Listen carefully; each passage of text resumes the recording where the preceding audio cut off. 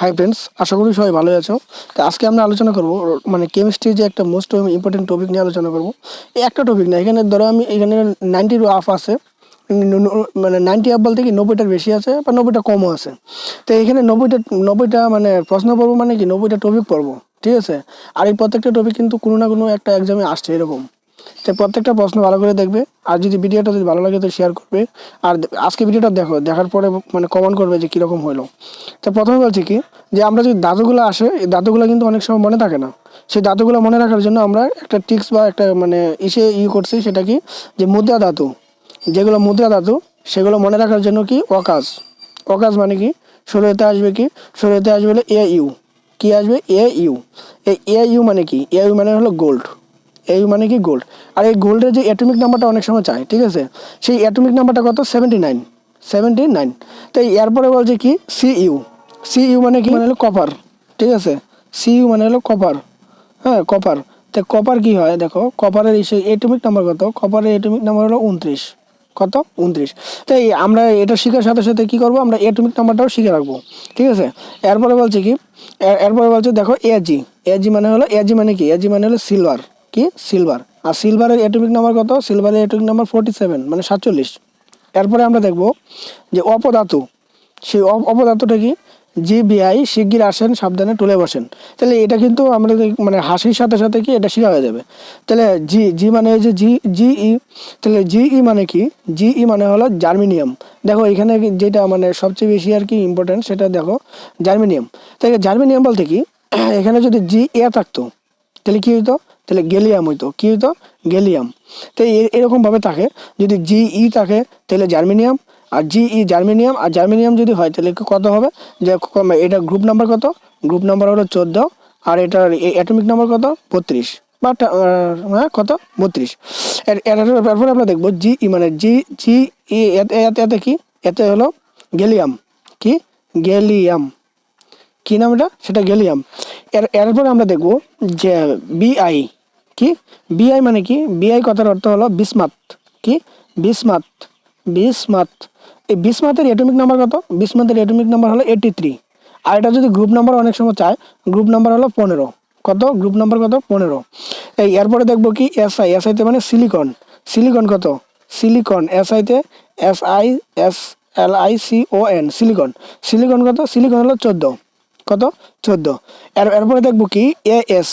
As মানে কি? Arsenic. As মানে কি? আর্সেনিক। আর্সেনিক কত? আর্সেনিক হলো, আর্সেনিক কত? আর্সেনিক হলো 33, মানে 33।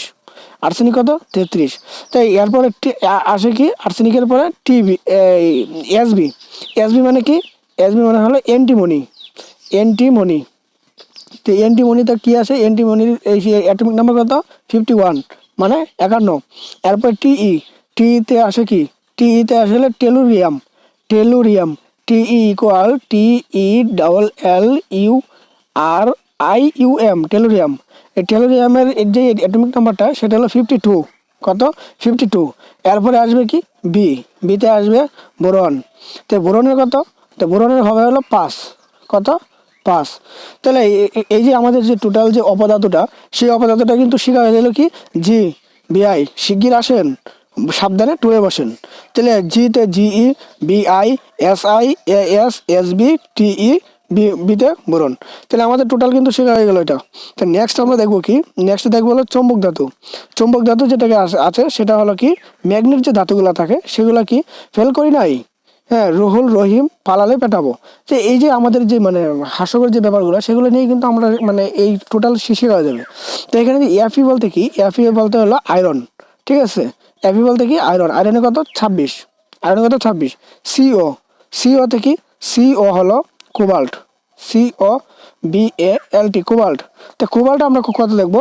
সে কোবাল্টের ইসে হলো 27। কত? 27 বা 27। এরপরে এনআই। এনআইতে মানে নিকেল। এনআই মানে কি নিকেল। নিকেলে কত? 28। এরপরে কি আছে? এরপরে আছে আর ইউ। আর ইউ মানে দেখো এখানে দুইটা তফাৎ আছে। আর ইউ মানে হলো রুবিডিয়াম। রুবিডিয়াম। আবার আর আর এইচ মানে কি রোডিয়াম। আর এইচ মানে রোডিয়াম। আর এইচ ও DIUM, রোডিয়াম। এই দুইটার মধ্যে কিন্তু তফাৎ আছে। আর ইউ যখন আসবে তখন আসবে কি রুবিডিয়াম।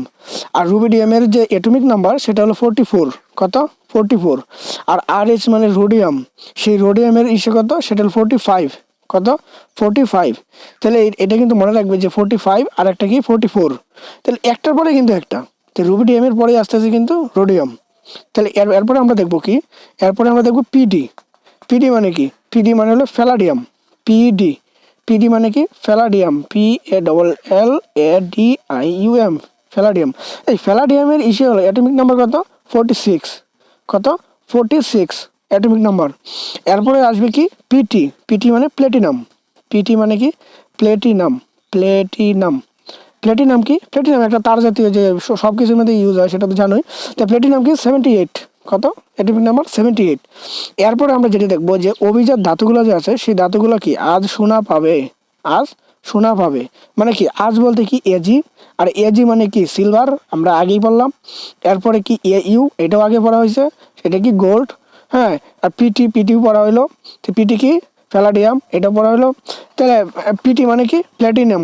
কি? পিটি মানে কি? প্ল্যাটিনাম। আবার পিটি, আবার পিডি যদি হয় তাহলে প্যালাডিয়াম। ডিতে হলো ডিয়াম, আর টিতে হলে মানে প্লেটিনাম। এই দুটো হলো দুটো তফাৎ। এরপর হলো নিকৃষ্ট ধাতু। নিকৃষ্ট ধাতু মানে কি? লতা। লতাতে মনে রাখবে, লতা মানে কি? লতা হলো লোহা, আর লোহা মানে কি? আয়রন। আয়রন মানে কি? Fe।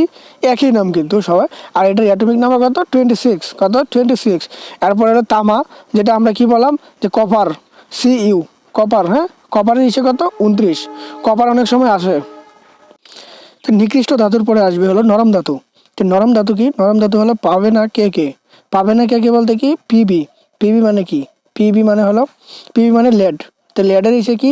LEAD, lead. আর লেডের ইসে অ্যাটমিক নাম্বার কত? অ্যাটমিক নাম্বার হলো 82। কত? 82। হ্যাঁ, এরপরে কি? Na। Na-তে হলো সোডিয়াম। Na কি? সোডিয়াম। সোডিয়াম কি? সোডিয়াম হলো, সোডিয়াম কত? 11। এরপরে আসবে কি? কে। কে মানে কি? পটাশিয়াম। কে কি? পটাশিয়াম। পটাশিয়াম মানে কি? পটাশিয়াম মানে হলো পটাশিয়াম কত? পটাশিয়াম হলো 15। পটাশিয়াম কত? 15। এরপরে আসবে কি? এরপরে আসবে হলো Ca মানে ক্যালসিয়াম। ক্যালসিয়ামে আসবে হলো 20। ক্যালসিয়ামে কত? 20। তাই এরপরে আমরা যেটা দেখবো সেটা হলো কি? উদায়ু বা উদায়ী। উদায়ী ধাতু কি? উদায়ী ধাতু হলো যে এটাকে মনে রাখার জন্য জন কেডি মার্কারিকে চেনে। তো জন কেডি হলো একটা নাম, আর সে কি? মার্কারিকে চেনে। যে মার্কার যে বিক্রি করে বা যে মার্কারি, সেই মার্কারিকে চেনে কে? জন কেডি। তো জন কেডি হলো মার্কারিকে চেনে। তাহলে জেটেন, জেটেন মানে জিঙ্ক। তো জিঙ্ক হলো কত? 30, মানে 30 অ্যাটমিক নাম্বার।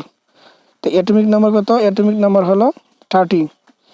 আর এখানে সিডি, সিডি মানে হলো ক্যাডমিয়াম। সিডি মানে কি? ক্যাডমিয়াম। তো ক্যাডমিয়াম যদি আমরা দেখি তাহলে ক্যাডমিয়ামের হিসেবে কি কত হবে? যে ক্যাডমিয়ামের পরে পরে আসতেছে কি? মার্কারি। এইচডিতে কি হয়? এইচডিতে হয় হলো মার্কারি। মার্কারি। এরপরে আসবে CN। ঠিক আছে। তাহলে এরপর বলছি যে কি দাতব ও অধাতব রাসায়ন, যেটাকে আমরা দেখবো যে মেটালিক এন্ড নন মেটালিক যে কেমিস্ট্রি, সেই টোটাল কিন্তু এটাই কিন্তু বোঝায়। ঠিক আছে। এরপরে 8 নম্বরে বলছি কি সহজেই হালকা ধাতু, মানে একদম হালকা ধাতুর নাম কি? সেটা হলো লিথিয়াম। এটা WBP-তে আসছে অনেকবার। তাহলে এটা কি সবচেয়ে যে হালকা ধাতু, সেই হালকা ধাতুটা কি? সেটা লিথিয়াম। সবচেয়ে হালকা ধাতু কি? লিথিয়াম। 9 নম্বরে কি বলছে? 9 নম্বরে বলছে হলো যে সবচেয়ে সক্রিয় ধাতু, মানে তাড়াতাড়ি, মানে তাড়াতাড়ি সেটা হলো কি? পটাশিয়াম। সবচেয়ে মূল্যবান ধাতু হলো প্লেটিনাম। সবচেয়ে শক্ত পদার্থ হলো হীরক। হ্যাঁ, হীরক। এটা ন্যাচারালও বলা যায়, ন্যাচারাল। এরপর নেক্সট হচ্ছে সবচেয়ে ভারী তরল পদার্থ হলো পারদ আর হলো সিজিয়াম। কি? পারদ আর কি? সিজিয়াম। সিজিয়ামকে CS দ্বারা প্রকাশ করা হয় কিন্তু। এরপরে স্বাভাবিক যে তাপমাত্রায় তরল ধাতু কি? সেটা হলো পারদ। আর গলনাঙ্ক সবচেয়ে কম যে ধাতুর, সেটা হলো পারদেরই। আর সবচেয়ে বেশি ব্যবহৃত ধাতু সেটা হলো লোহা। এই যে প্রত্যেকটা কিন্তু একদম ইম্পর্টেন্ট। ঠিক আছে। প্রকৃতিতে সবচেয়ে বেশি যে পাওয়া যায় সেটা কোন ধাতু? সেটা হলো অ্যালুমিনিয়াম। অ্যালুমিনিয়ামের ইসে কি? Al। লোহার তো জানোই Fe, যেটাকে আয়রনও বলে। কি বলে? আয়রনও বলে। তো Feটা অনেক সময় থাকে তো। এরপরে বলছে কি? এরপরে বলছে হলো প্রকৃতিতে সবচেয়ে বেশি কি? প্রকৃতিতে সবচেয়ে বেশি, প্রকৃতিতে সবচেয়ে বেশি পাওয়া যায় যে ধাতু, সেটা হলো অ্যালুমিনিয়াম। আর 17 নম্বর বলছে কি যে ধাতুর উপর আঘাত করলে শব্দ হয় না। মানে এমন একটা ধাতু আসে যে যে যে ধাতুর উপরে যদি আমরা আঘাত করি তাহলে শব্দ হবে না। তো এটাও কিন্তু একটা প্রশ্ন যে আঘাত করব শব্দ হবে না এরকম কি ধাতু, সেটা হলো অ্যান্টিমনি। সবচেয়ে দ্রুত ক্ষয়প্রাপ্ত হয় বা তাড়াতাড়ি ক্ষয় হয়ে যায় সেটা কি দস্তা, যেটাকে জিঙ্ক বলে। জেটেন, এই সেটা কি, যে পর্দা ছাউনির ইসের নাম কি, জেটেন। এরপর হচ্ছে যে যে ধাতু পানিতে ভাসে সেটা হলো কি সোডিয়াম আর কি পটাশিয়াম, সোডিয়াম আর পটাশিয়াম। এরপরে বলছে কি যেসব মৌল কি তাপ ও বিদ্যুৎ সুপরিবাহী এবং আঘাত করলে টুনটুন শব্দ হয় তাদেরকে ধাতু বলে। মানে ধাতুর যে মেটালের যে সংখ্যাটা সেই সংখ্যাটা কিন্তু দিয়ে দিল। তাহলে সবচেয়ে বেশি যে ধাতুর যে মানে ইসের কার্যক্ষমতা বেশি কার, সোনার। সোনার ইসেটা কি, সোনার ইসে হলো এ ইউ। আর রূপা, রূপা মানে সিলভার, সেটা কি এ জি। তামার ইসে কি কপার মানে সি ইউ। লোহা, লোহার ইসে কি সেটা হলো আয়রন এফি। হ্যাঁ, ইত্যাদি মানে আরো আছে। তো এরপর একটা কি বল, যেসব মৌল তাপ ও বিদ্যুৎ অপরিবাহী, অপরিবাহী মানে কি যে আর কি তাপও সহ্য করতে পারে না আবার বিদ্যুৎও পরিবহন করতে পারে না, যৌগে তড়িৎ ঋণাত্মক আয়ন হিসেবে তাকে তাকে কি বলে অধাতু, বা যেটাকে আমরা নন মেটালিক বলি। নন মেটালিক, নন মেটালিক। হ্যাঁ, নন মেটালিক। তাহলে এর আগেরটা কি ছিল, মেটালিক ছিল। কি ছিল, মেটালিক ছিল, মেটালিক। তাহলে এখন একটা যেটা আসছে সেটা কি নন মেটালিক। যেমন কি কি আছে, কার্বন আছে, কার্বন কত সি। তারপরে অক্সিজেন মানে কি, অক্সিজেন মানে কত 8, কার্বন মানে 6, আর আয়োডিন, ঠিক আছে। এরপরে হাইড্রোজেন। তাহলে এরপরে আমরা যে দেখবো সেটা হলো, এরপরে কি বলছে যে মানে কেউলিন যে আছে সেই কেউলিনটা কি হয়, কেউলিন হলো একটা সাদা মাটি। কেউলিনটা কি, কেউলিন হলো একটা সাদা মাটি। আর কেউলিন কিন্তু সিরামিক সামগ্রী তৈরির কাঁচামাল হিসেবে ব্যবহৃত হয়। সিরামিক একটা এসে আছে সামগ্রীর মধ্যে মানে সবচেয়ে বেশি লাগে যেটা সেটা হলো কেউলিন। আর সোডিয়ামের যে যৌগ সোডিয়াম নাইট্রেট, যেটাকে আমরা NO3, এন এ NO3 কে সিলির সল্টফিটার বলে। কি বলে, সিলির সল্টফিটার বলে। সোডিয়াম কার্বনেট, যেটাকে Na2CO3 বলি, সেই সেটাকে মানে টোটাল যে সোডিয়াম কার্বনেটকে আমরা কি বলি, বেকিং পাউডার বলি। আর পারমাণবিক যে 40, সেই 40তে কি হয়, সোডিয়াম ধাতু সবচেয়ে বেশি পরিমাণে পাওয়া যায়। তাহলে যদি বলে যে সোডিয়াম সবচেয়ে বেশি কোন জায়গায় পাওয়া যায়, সেটা হলো কি পারমাণবিক 40-তে। এরপর বলছে যে ঘরের চালে বা ঘরের ছাদে আর কি, ছাদ হিসেবে জিঙ্কের প্রলেপ দিলে আর কি কি হয়, যে ইস্পাতের তৈরি চিট ব্যবহৃত হয়। এর কি তৈরি হয়, জিঙ্কের যে প্রলেপযুক্ত ইস্পাতের যে তৈরি চিটগুলো আছে সেগুলোর মধ্যে কিন্তু ব্যবহার করা হয়। এরপর বলছে ভূত্বকে অ্যালুমিনিয়াম যে ধাতু, সেই ধাতু তাপ পরিবাহক হিসেবে ব্যবহৃত হয় বা তাপ পরিবাহক হিসেবে কি কাজ করে। সীসা, সীসা কাগজের উপর ঘষলে কালো দাগ পড়ে, ঠিক আছে। এরপর হচ্ছে যে লোহায় কার্বনের পরিমাণ 8 থেকে 5 এর মধ্যে থাকে তাকে ইস্পাত। আর স্থায়ী যে চৌম্বক তৈরিতে ইস্পাত ব্যবহৃত হয়। আমরা যদি কোনো একটা স্থায়ী চৌম্বক ব্যবহার করতে চাই, তাহলে কিন্তু একদম মানে একুরেট যে চৌম্বক সেটা কিন্তু ইউজ করলে হবে না। তার মধ্যে কি আমরা জানি কি সব কিছুর যে শক্তিশালী করার ক্ষেত্রে কি করা হয়, হাইব্রিডাইজেশন করা হয়। আর এই হাইব্রিডাইজেশন বা সংকরায়ন যদি আমরা করি যে কোনো জিনিসের ক্ষেত্রে, তার কিন্তু ধারণ ক্ষমতা সব কিছু কিন্তু বাইরে যায়। সেই বাড়ানোর জন্য আমরা কি করি, এই মানে সংকরায়ন করি। আর সংকরায়ন করতে গিয়ে সব কি কি দেওয়া হয়, সেটা হলো ইস্পাত দেওয়া হয়। মানে স্থায়ী চৌম্বক তৈরিতে কি কি ব্যবহার করা হয়, ইস্পাত ব্যবহৃত করা হয়। তারপর বলছে যে কার্বনের পরিমাণের উপর ইস্পাতের গুণাগুণ নির্ভর করে। মানে কার্বনটা মানে কার্বনের পরিমাণের উপর, মানে ইস্পাতের মধ্যে কতটুকু কার্বন আছে সেই কার্বন কিন্তু পরিমাণ করে, বা সেই কার্বনের যে কতটুকু আছে সেটা কিন্তু মানে করে কিন্তু তারা কিন্তু টের পাওয়া যায় যে ইস্পাতটা কতটুকু ভালো। হ্যাঁ, ইস্পাতের সঙ্গে ক্রোমিয়াম ও নিকেল মিশিয়ে যে বিশেষ ইস্পাত তৈরি করা হয় সেটাকে স্টেনলেস স্টিল বলে। এই যে স্টেনলেস স্টিল বলতে কি, আমরা যেই সেটা দেখি না, চামচটাতে দেখি, সেই চামচগুলো যে স্টিলের যে চামচগুলো, সেই চামচগুলো কিন্তু স্টেনলেস স্টিলের দিয়ে তৈরি। এরপর বলছে কি, দুই বা ততোধিক ধাতুর মিশ্রণে যে কঠিন পদার্থ তৈরি হয় তাকে সংকর ধাতু বলে। তামা ও দস্তা মিশ্রণে পিতল তৈরি হয়। আর তামা, দস্তা ও নিকেলের সংকর ধাতুর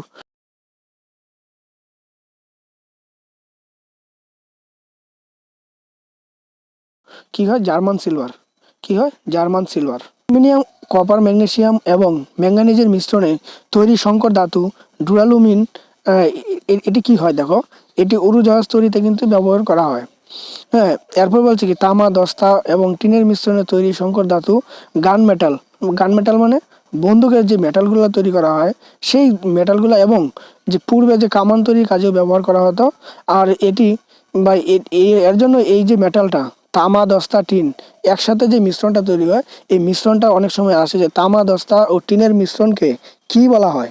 হ্যাঁ, আসে অপশানে থাকবে, তখন কিন্তু কি কি আসবে, যে গান মেটাল বলা হয়। এরপরে আসে যে খনিজের সাথে যেসব অপদ্রব্য থাকে সেগুলি কি, সেগুলিকে কি বলে, খনিজের সাথে থাকলে মানে খনিজ মাল বা গ্যাং, ঠিক আছে, গ্যাং।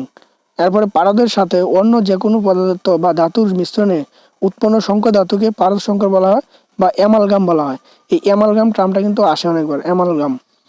এরপরে কি বলছে, যে মাটির রং লালচে হলে বুঝতে হবে তাতে আয়রনের পরিমাণ বেশি আছে। আবার জলের মধ্যে যদি জল যে জায়গায় পড়বে ওই জায়গায় যদি লাল হয়ে যায়, সেটাও কিন্তু আয়রনেরই প্রভাব। তাহলে এই আয়রনের প্রভাবটাই আমরা বুঝবো কি দিয়ে, যদি মাটির রং লালচে যদি হয়ে যায়, তাহলে এই জায়গায় কি আয়রনের পরিমাণটা কি বেশি আছে। ম্যাগনেটাইট, জিরকন ও মোহনজাইট প্রভৃতি সমন্বয়ে তৈরি সোনার ন্যায় মূল্যবান খনিজকে কি বলে, কেলা সোনা বলে বা কেলু সোনা বলে, ঠিক আছে। এরপর টেস্টিং সল্টের রাসায়নিক নাম কি, টেস্টিং সল্টের অনেকবার এসেছে এটা। টেস্টিং সল্টের রাসায়নিক নাম কি, মনোসোডা বা মোনোসোডিয়াম গ্লুটামেট। সোডিয়াম ও ক্লোরিন হলো খাদ্য লবণের যে রাসায়নিক উপাদান, কি সোডিয়াম, আর যে এখন সেটা কি, খাদ্য লবণের যে রাসায়নিক উপাদানটা, সেটা কি কি, সেটা হলো সোডিয়াম আর ক্লোরিন থাকে। লিথিয়াম হলো সবচেয়ে বেশি কি হালকা ধাতু, লিথিয়াম। আর ওসমিয়াম কি, ওসমিয়াম হলো সবচেয়ে ঘন ধাতু। হালকা ধাতু হলো কি লিথিয়াম, আর ওসমিয়াম হলো ঘন ধাতু। আর সবচেয়ে মানে সাধারণ তাপমাত্রায় তরল ধাতু কি থাকে, পারদ, মানে তাপমাত্রায় যে তরল অধাতু কি, অধাতু হলো ব্রোমিন। আর সাপের বিষয় কি থাকে, জিঙ্ক থাকে। এটা তো অনেকবার এসেছে যে সাপের বিষয় কি থাকে, জিঙ্ক থাকে। পৃথিবীতে সবচেয়ে বেশি যে মূল্যবান ধাতু সেটা কি, প্ল্যাটিনাম, ঠিক আছে। প্ল্যাটিনাম মানে কি দ্বারা প্রকাশ করা হয়, পিটি দিয়ে। আর অ্যাটমিক নাম্বার কত, 78। এরপর বলছে যে দস্তা যে আছে, সেই দস্তা সবচেয়ে তাড়াতাড়ি ক্ষয়প্রাপ্ত হয়, দস্তা বলতে পারো। এরপরে যেটাকে আমরা জিঙ্ক বলি, জিঙ্ক, হ্যাঁ, জেটেন। এরপর আয়নার যে পশ্চাতে পারদ ব্যবহৃত করা হয়, যাতে ওই আমাদের যে প্রতিবিম্বটা তাড়াতাড়ি কিন্তু ইসে করতে পারে, সেটার জন্য। আর এই সর্বাধিক যে বিদ্যুৎ যে পরিবাহী ধাতু, সেটা কি কপার বা তামা। 14 ক্যারেট স্বর্ণকে বিশুদ্ধ স্বর্ণ বলা হয়। এরপরে বলছে পৃথিবী যে তৈরির উপাদান হলো কি, সিলিকন। এন্টিমনি আঘাত করলে শব্দ হয় না, হ্যাঁ, এন্টিমনি আঘাত করলে কি শব্দ হয়, হয় না। ক্যালসিয়াম হাইড্রোক্সাইডের পরিষ্কার পানির দ্রবণকে কি বলা হয়, লাইম ওয়াটার বা চুনের পানি বলা হয়। অগ্নি নিরোধক, মানে যেটা আগুন ধরে না, সেই খনিজ পদার্থ হলো কি, অ্যাসবেস্টস। এই যে বলে না যে অ্যাসবেস্টাস টিন কিনবো, সেই অ্যাসবেস্টাস টিন বা অ্যাসবেস্টস হলো কি, অগ্নি নিরোধক। এরপর বলছে কি, যে সীসার গলনাঙ্ক সবচেয়ে কম, অবশ্যই কম। পানি অপেক্ষা সোনা 90 গুণ বাড়ি। ইস্পাত সাধারণত কি হয়, লোহা থেকে ভিন্ন, কারণ ইস্পাতের সুনিয়ন্ত্রিত কার্বন রয়েছে। আর ইস্পাতের কার্বন সংখ্যা যত বাড়বে, তার মানে কি ইস্পাতটা ভালো। কার্বন সংখ্যা যত কম থাকবে, ইস্পাতটা ভালো নয়। আর্দ্র বাতাসের সংস্পর্শে লোহার পরিমাণ ধীরে ধীরে অক্সিজেনের সাথে বিক্রিয়া করে আয়রন যে অক্সাইড উৎপন্ন করে, সেটা কি লোহা মরিচা পড়ে, বা যেটাকে অক্সিডাইজেশন আমরা বলবো, সেই অক্সিডেশন থেকে হয়ে যায়। এর ফলে আর্দ্র বায়ুর সংস্পর্শে লোহার পরমাণু ধীরে ধীরে কি হয়, যে অক্সিজেনের সাথে বিক্রিয়া করে অক্সাইড উৎপন্ন করে। আর সেই অক্সাইডটিকে, এই যে মাত্র বললাম, সেই অক্সাইডটা কি করে, লোহায় মরিচা পড়ে। লোহা বা ইস্পাতের তৈরি জিনিসকে মরিচা রোধী করার জন্য আমরা কি করব, যে লোহা বা ইস্পাতের উপর জিঙ্কের যদি প্রলেপ দিয়ে দিই, সেই জিঙ্কের প্রলেপ দেওয়ার সাথে সাথে কিন্তু এটা কিন্তু আর মরিচা পড়ার সম্ভাবনা কমে যায়। আর সেই যে প্রক্রিয়াটা করলাম, সেই প্রক্রিয়ার নাম হলো গ্যালভানাইজিং বা গ্যালভানাইজেশন। গ্যালভানাইজিং হলো এই প্রক্রিয়াটা, আর যে পদ্ধতিটা আমরা ইউজ করবো সেটা হলো, পরীক্ষাটার নাম হলো গ্যালভানাইজেশন। কি, গ্যালভানাইজেশন। এরপর বলছে কি, সোডিয়াম বাইকার্বনেট ও অ্যালুমিনিয়াম সালফেট এবং পটাশিয়াম হাইড্রোজেন টার্টারেটের যে মিশ্রণ, সেই মিশ্রণকে কি বলা হয়, বেকিং পাউডার। আর লোহা বা ইস্পাতের তৈরি সামগ্রীর উপর যদি নিকেল, ক্রোমিয়াম, অ্যালুমিনিয়াম, সোনা, প্লেটিনাম ইত্যাদি ধাতুর যে প্রলেপ দেয়, তাহলে এটা কি হবে, ইলেকট্রোপ্লেটিং হবে। কি বলে, সেটাকে বলা হয় ইলেকট্রোপ্লেটিং। এরপর বলছে মরিচা প্রতিরোধ বা সামগ্রিক যে উজ্জ্বলতা, সেই উজ্জ্বলতার চাকচিক্য, মানে দেখতে মানে একটা মানে হীরার যে ডায়মন্ড বা যে কোনো কিছু আমরা দেখলে যেমন চকচক করে, সেই চাকচিক্য বলছে সৌন্দর্য ও স্থায়িত্ব যে বাড়াতে, সেটাকে কিন্তু ইলেকট্রোপ্লেটিং দেওয়া বা ইলেকট্রোপ্লেটিং দিয়ে কিন্তু এটা কিন্তু ইসে করা হয়। এরপর বলছি কি, গ্রাফাইট একমাত্র অধাতু যা তাপ ও বিদ্যুৎ পরিবাহী। গ্রাফাইটের সাথে কি হয়, বিভিন্ন অনুপাতে আর কি কাদা মিশিয়ে যদি আমরা বিভিন্ন ধরনের পেন্সিলের শীষ তৈরি করি, তাহলে দেখা যায় যে পেন্সিলের শীষ যত মোটা হবে নরম, তাতে গ্রাফাইটের পরিমাণও তত বেশি হবে। যত মোটা হবে নরম হবে। আর প্রাকৃতিক যে আমরা মানে এই প্রাকৃতিক যে বসের যে ইস্যুগুলো পাই, সবচেয়ে কঠিন বস হলো কি, সেটা সবচেয়ে কঠিন হলো হীরক। আর হীরক সাধারণত স্বচ্ছ ও বর্ণহীন হয়। আর হীরকের মধ্যে দিয়ে কিন্তু আলো বিভিন্নভাবে এঁকে বেঁকে যায়। আর এঁকে বেঁকে যাওয়ার ফলে কিন্তু চকচকে দেখায়। কারণ কি, হীরক মানে যত যত তির্যকভাবে যাবে তত আমাদের লাগবে, চোখে লাগবে। আর এটাই এক এক দিকে যায়। তার জন্য কি, কেটে বহুতল বিশিষ্ট হয়। তার জন্য হীরকের উজ্জ্বলতাটা কিন্তু বৃদ্ধি পায়, অনেক গুণ বৃদ্ধি পাওয়া যায়, মানে হয়ে যায়। এরপরে আমরা দেখব কি, গন্ধক। গন্ধক বা সালফার খুবই সক্রিয় ধাতু, সক্রিয় ধাতু হলো সোডিয়াম আর এইচে। এরপর বলছে এটি তাপ ও বিদ্যুৎ অপরিবাহী, জীবাণুনাশক ওষুধ হিসেবে তৈরি করা হয়। এবং আমরা যে দেশালাই, সেই দেশালাই আর হলো নানা প্রকার যে রং ও সার প্রভৃতিতে সালফার ব্যবহৃত করা হয়।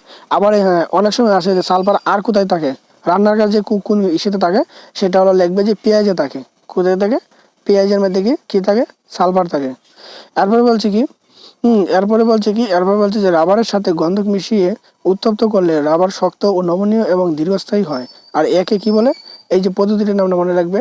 আর কিসের সাথে? রাবারের সাথে। ভলকানাইজেশন। কি? ভলকানাইজেশন। এর আগেরটা কি পাইছি? ভলকানাইজেশন। কিন্তু মানে এইটা যে সেটা হলো ভলকানিং। ঠিক আছে। রকেট এবং জেট বিমানে জ্বালানি হিসেবে তরল নাইট্রোজেন কি করা হয়? তরল অক্সিজেন ব্যবহৃত করা হয়। তরল নাইট্রোজেন কিসেতে ব্যবহার করা হয়? যে আমাদের যে মোটর সাইকেলের যে চাকাগুলো, সেই চাকাটা ইসের মধ্যে কি ব্যবহার করা হয়? সেটা তরল নাইট্রোজেন। আর এইখানে যে আমাদের জেট বিমানের জ্বালানি হিসেবে ব্যবহার করা হয় তরল অক্সিজেন। পানিতে অক্সিজেন দ্রবীভূত অবস্থায় থাকে। মাছ এবং অন্যান্য জলচর প্রাণীরা ফুলকার সাহায্যে দ্রবীভূত অক্সিজেন গ্রহণ করে। আর তার থেকে কিন্তু তারা শ্বাসকার্য চালায়। হ্যাঁ, তার থেকে কি করা হয়? শ্বাসকার্য চালায়। এরপরে বলছে কি, যে অক্সিজেন ও নাইট্রোজেন হলো বায়ুর দুটি প্রধান উপাদান। কিন্তু নাইট্রোজেনের পরিমাণ বেশি প্রকৃতিতে, অক্সিজেনটা কম। হ্যাঁ, এরপর বলছি কি, যে হাইড্রোজেনের গ্যাস অত্যন্ত দাহ্য। আর বেলুনে ব্যবহার করলে কি হয়? হাইড্রোজেন গ্যাসে বিস্ফোরণ ঘটে, মারাত্মক দুর্ঘটনা ঘটতে পারে। এজন্য বর্তমানে বেলুনের মধ্যে কি করা হয়? হাইড্রোজেনের পরিবর্তে হিলিয়াম ব্যবহার করা হয়, তাড়াতাড়ি আরো ইসে করা হয়। এরপর বলছে যে অত্যাধিক চাপ ও অতি নিম্ন তাপমাত্রা কি হয়? কার্বন ডাইঅক্সাইডকে কিন্তু ঘনীভূত করতে গেলে কার্বন ডাইঅক্সাইড তরল না হয়ে সরাসরি কঠিনে রূপান্তরিত হয়ে যায়। আর তার জন্য দেখতে বরফের মতো হয়। আর কঠিন কার্বন ডাইঅক্সাইডকে কিন্তু ড্রাই আইস বা শুষ্ক বরফ বলে। তো শুষ্ক বরফ যেটাকে আমরা বলি, সেটাকে ড্রাই আইসও বলে। সে ইংলিশ টার্মটা বাংলা দুইটাই কিন্তু মনে রাখতে লাগবে। এরপরে কি আসছে? এরপরে আসতেছে হলো যে মানে কার্বন মনোক্সাইড যে আছে, সেই কার্বন মনোক্সাইড বা CO আর হাইড্রোজেন, এই দুইটার মিশ্রণকে কি বলে? ওয়াটার গ্যাস বলে। এরপরে নাইট্রাস অক্সাইড যেটাকে N2O, সেটাকে কি বলা হয়? N2 অত লাফিং গ্যাস। কি বলা হয়? লাফিং গ্যাস। ইংলিশ টার্মটা লিখে নাও, লাফিং গ্যাস। এরপর বলছে কলসিতে যদি হাইড্রোক্লোরিক অ্যাসিড উৎপন্ন হয়, তাহলে এটা কি হয়? এটা কি করা হয়? যে কষলিতে মানে কি, আমাদের যে ইসেতে আর কি, কষলিতে কি করা হয়, বা ইসেতে বলতে পারো। এরপর বলছে যে কোন দ্রবণে পিএইচ বলতে বোঝায় কি? পিএইচ বলতে বোঝায় হলো কোনো দ্রবণের হাইড্রোজেন আয়নের ঘনত্বের ঋণাত্মক যে লগারিদম, সেই লগারিদমকে বোঝায়। আর কোনো দ্রবণের যে পিএইচ এর মান যদি 7 হলে বা 7 যদি বেশি হয়, তাহলে ক্ষারীয় হবে। আর 7 যে কম হলে কি হবে? আম্লিক হবে। বা কি হবে? আম্লিক হবে। 7 যে কম হবে আম্লিক, আবার 7 যে বেশি হবে ক্ষারীয়।